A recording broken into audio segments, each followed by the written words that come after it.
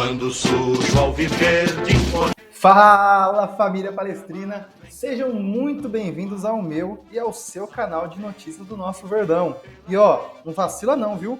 Já deixa o seu like aí, se inscreve no nosso canal e ativa os sininhos para as próximas notificações. Assim, você não perde nenhuma novidade que eu posto aqui no nosso canal. Beleza? Vamos para notícias e avante palestra!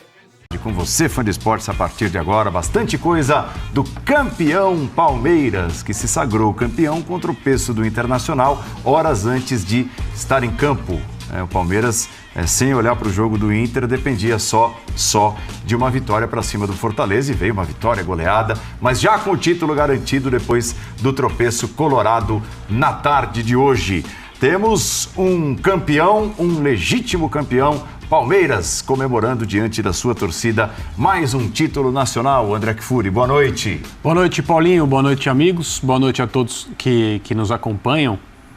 Foi completa a noite do Palmeiras, né? Porque como o título viria, na verdade, acho que interessa pouco. E a festa aconteceu com o Allianz recebendo o público que estava ali para festejar com os jogadores do Palmeiras, um título que todo mundo sabia já há bastante tempo que o Palmeiras ia ganhar, e completa aquilo que a gente pode chamar de era Abel Ferreira, embora essas expressões, como tantas outras, essa expressão, como tantas outras, seja usada de maneira precipitada, às vezes, mesmo que a cultura, entre aspas, do futebol brasileiro indique períodos curtos para treinadores, e de fato até o período do Abel não é um período tão longo assim até agora, mas temporadas seguidas já configuram um feito para treinadores. Mas em relação ao Abel, a gente pode chamar de era Abel Ferreira, independentemente de quando ela vai terminar, porque ele zerou o calendário. Quando ele chegou aqui, se alguém dissesse naquele momento, no dia da apresentação do Abel, que ele zeraria o calendário de títulos que um clube sul-americano poderia conquistar, então tem estadual, tem Copa do Brasil, tem Campeonato Brasileiro, tem Copa Libertadores. Alguém poderá dizer, mas o Mundial... Você não tem como, no futebol sul-americano, planejar o título mundial. Você pode planejar estar lá para disputá-lo, ganhá-lo, como você planeja os outros, coloca como objetivo. Tem até gente que faz isso, né? O Petralha no Atlético Paranaense projeta o título mundial. Até agora o Atlético não chegou muito próximo, mas o Palmeiras, com o Abel, limpou, entre aspas, porque não havia sujeira nenhuma, mas vão entender o que eu quero dizer, o que é aquilo que um clube no nosso continente, no nosso país, pode almejar. E fez isso desenvolvendo uma equipe que foi ficando cada vez melhor.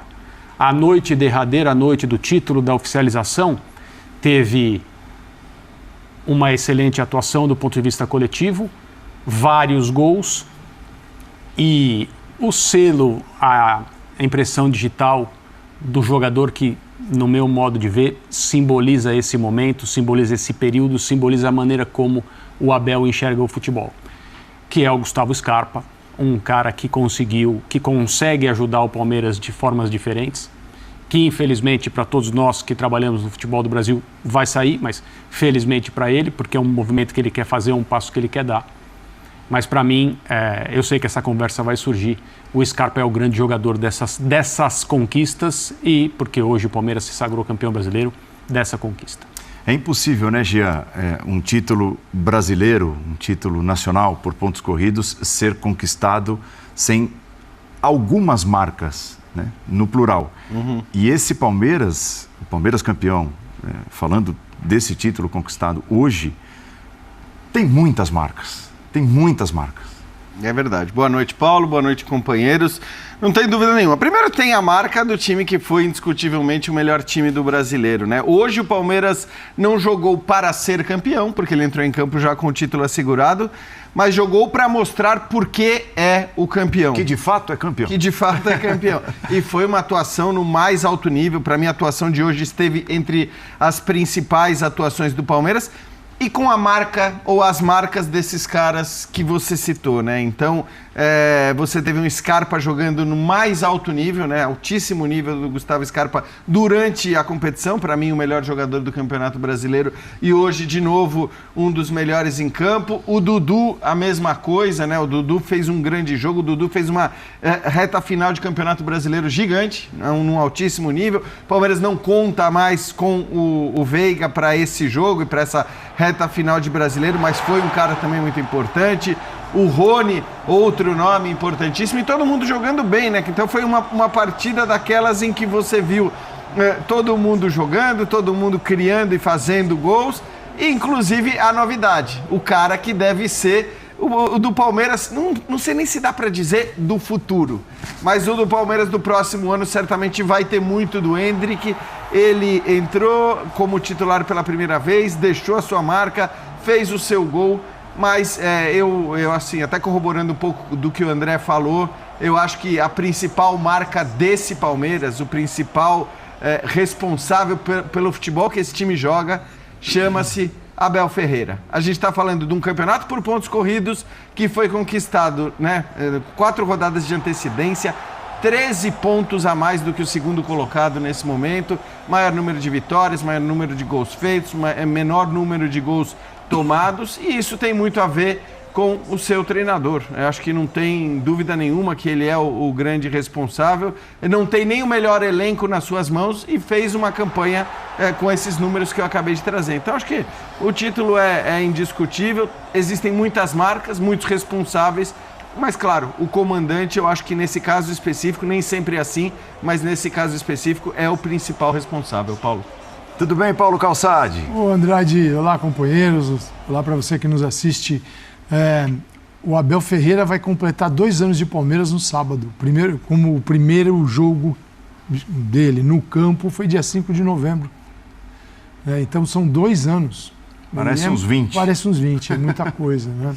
Sim, a gente sempre está ali, esse é o maior, aquele é o maior, alguém maior. Assim, cada momento da história, ele é diferente. Então, quando você compara momentos diferentes, tem conquistas muito mais difíceis por causa do momento.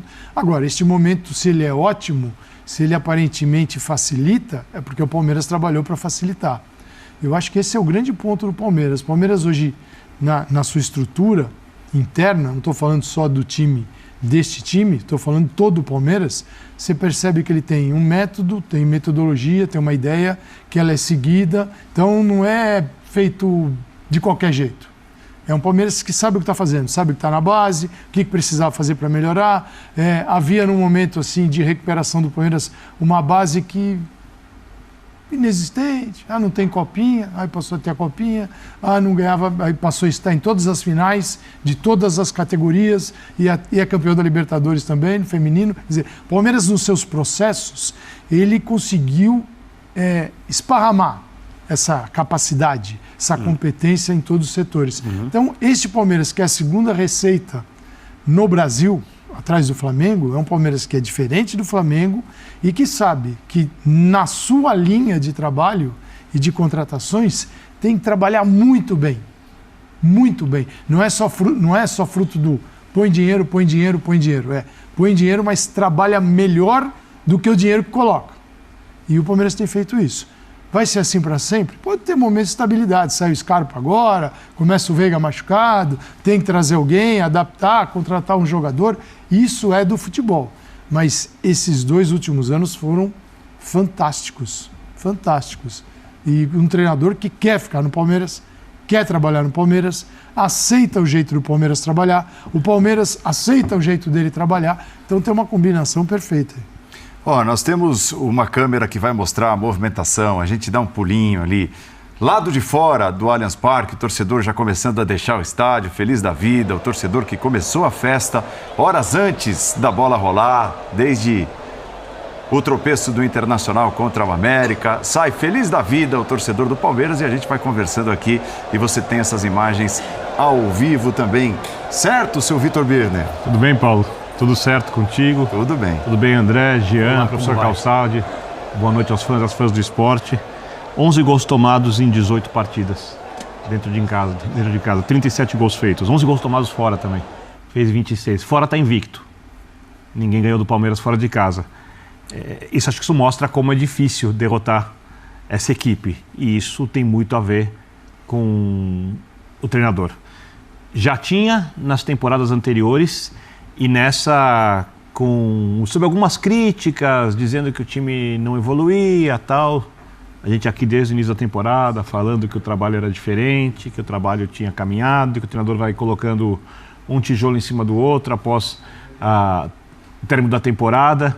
Começa com o time jogando demais contra o Chelsea, porque o Palmeiras para mim fez um senhor mundial, no limite para chegar a uma decisão por pênalti, se fosse, ou quem sabe até se tivesse um pouco mais de banco ali, porque quando entra o Navarro, tal, você vê que ali faltou realmente um pouco mais de elenco para brigar com o time inglês. Talvez ali se tivesse um pouco mais de banco, talvez se tivesse o elenco que termina com o Veiga. Lembrando que o Veiga não apareceu no final do campeonato, mas o Veiga foi essencial na temporada. Outra temporada sensacional dele. Se tivesse um pouco mais de banco, talvez ali conseguisse um resultado diferente. E é um time que mostra mais regularidade que as outras equipes do futebol brasileiro.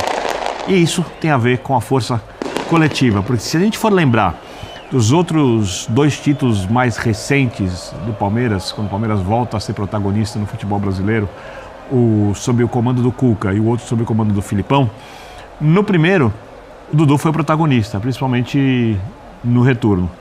No segundo, eu até achava que o Palmeiras tinha o time do brasileiro melhor que o time da Libertadores, era dividido, o Dudu era o único que jogava ambas as competições.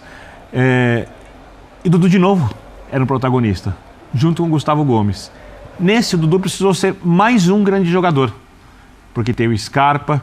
Eu acho que essa discussão de quem é o melhor jogador da equipe, ela é um pouco cruel com um jogador do Palmeiras que para mim está no mesmo patamar do Scarpa, e eu considero o Scarpa o cara que mais resolveu os jogos, mas o Gustavo Gomes para mim... Que reparo eu posso fazer, né? Isso aqui é o zagueiro, né? Então o zagueiro no o que ele pode fazer a mais? Essa é a pergunta, né? Porque até os gols ele faz. Ele é completo. Ele é completo. Então, assim, ter o Everton quando precisa como protagonista, que teve em um certo momento o Marcos Rocha jogando muito, o Zé Rafael teve um período jogando demais, e já falei do Veiga que teve outro período jogando demais. O Rony, que várias vezes decide.